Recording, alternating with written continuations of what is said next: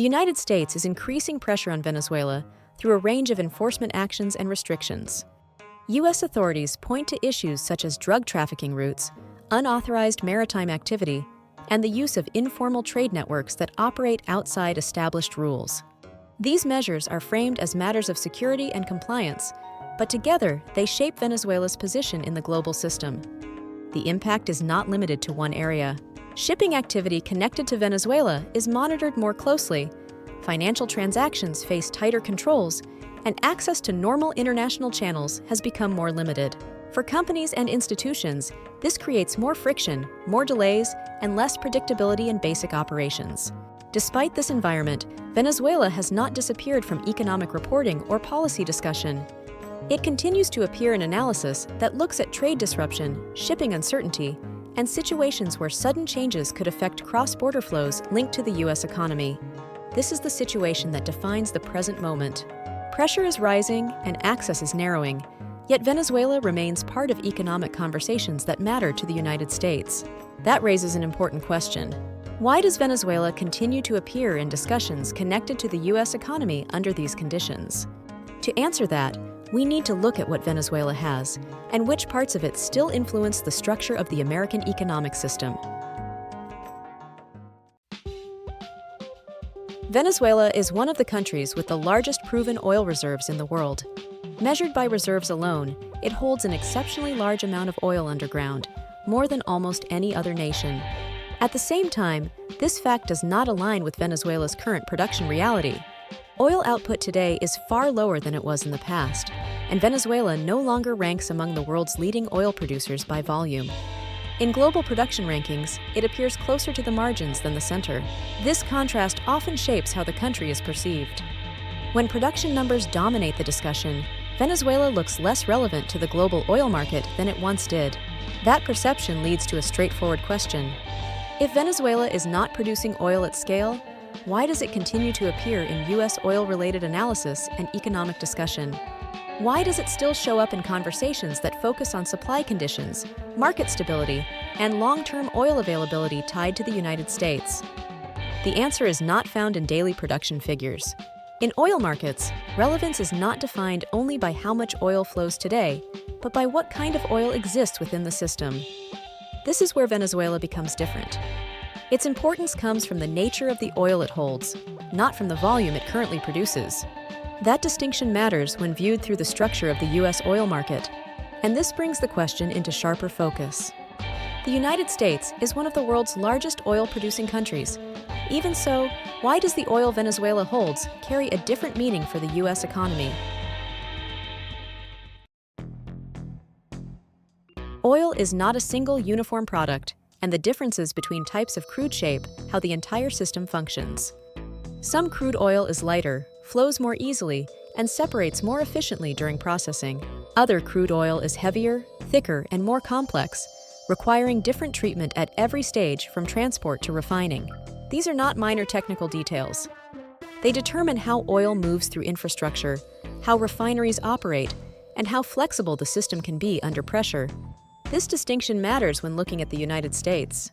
The U.S. is one of the world's largest oil-producing countries, and its production has increased significantly in recent years. However, the oil driving that growth is not the same type the system was originally built around. Most of the increase in U.S. production has come from relatively light crude oil. This oil behaves differently during processing and follows a different path through refineries compared to heavier grades.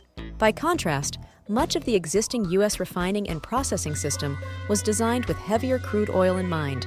Those design choices were made decades ago, based on the characteristics of the oil the system expected to handle. This is where the gap begins to appear. Production can rise, but when the oil entering the system does not match what the system was designed for, friction develops.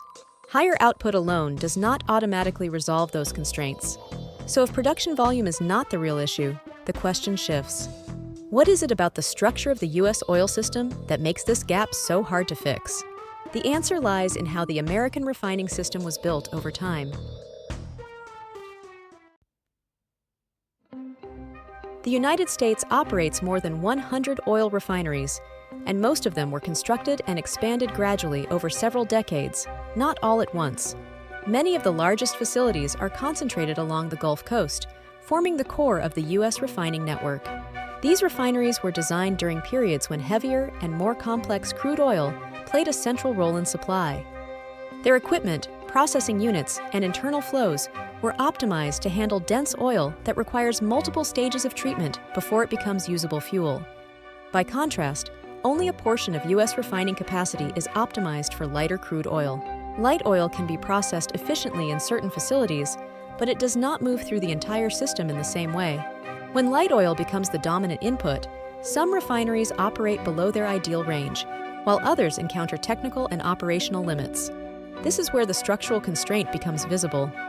Refineries are not flexible machines that can be reconfigured quickly or cheaply. Retrofitting or rebuilding a single facility can take years and require billions of dollars, making rapid system-wide adjustment unrealistic. As a result, changes in production patterns do not translate smoothly into changes in processing capability.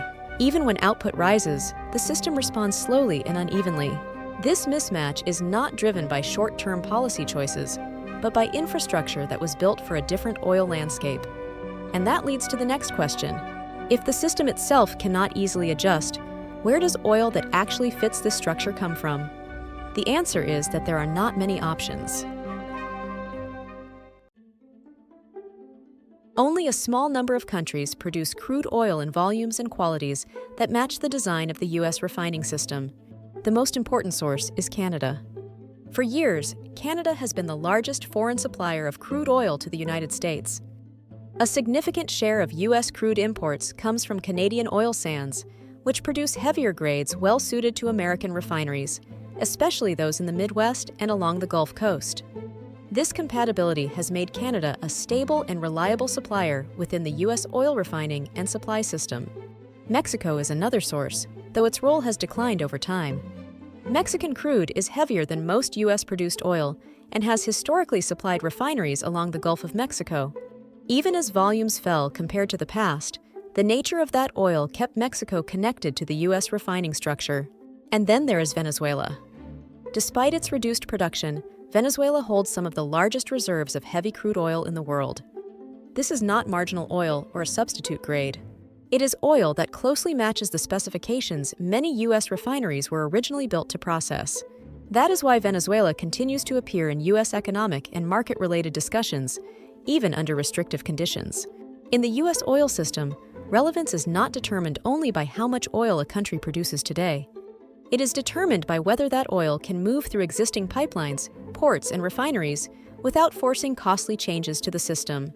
This is why some countries remain important, even when production levels fluctuate. Compatibility keeps them connected when other factors shift. This outcome is not the result of preference or strategy, but a consequence of infrastructure decisions made decades ago. Venezuela falls into this category. Its importance comes from structural fit, not from current output levels. And that is why, even in the middle of tightening restrictions and uncertainty, Venezuela continues to matter to the U.S. economy. And that leads to the final question. In practical terms, what does Venezuelan oil mean for the U.S. economy and for American consumers? What Venezuelan oil means is not limited to trade statistics or production rankings. It becomes more relevant when global conditions turn unstable. The current global economy is moving through a period of uncertainty. Growth paths are uneven, financial conditions are tighter, and supply chains remain sensitive to disruption. Energy markets reflect this more clearly than most sectors, because even small shifts can affect prices quickly. When supply systems are already constrained by infrastructure, flexibility becomes limited. Fuel costs react faster, transportation expenses rise more easily, and price pressure spreads through the economy. These effects do not stay at the level of policy or international headlines. They move directly into everyday costs faced by households and businesses. This is why structure matters more during periods of instability. When systems cannot adjust easily, resources that fit existing infrastructure gain renewed importance. In that environment, relevance is not defined by how much oil a country produces today, but by how well its oil fits into what already exists. This is where Venezuela becomes relevant again. Even with reduced output, its oil remains aligned with parts of the U.S. refining system that are difficult to replace or reconfigure quickly. That alignment keeps Venezuela present in economic discussions, regardless of broader uncertainty. The United States and Venezuela are operating within a tense and uncertain environment. Yet the continued reference to Venezuela in economic contexts reflects something deeper than short-term conditions. This is why Venezuela still matters to the U.S. economy.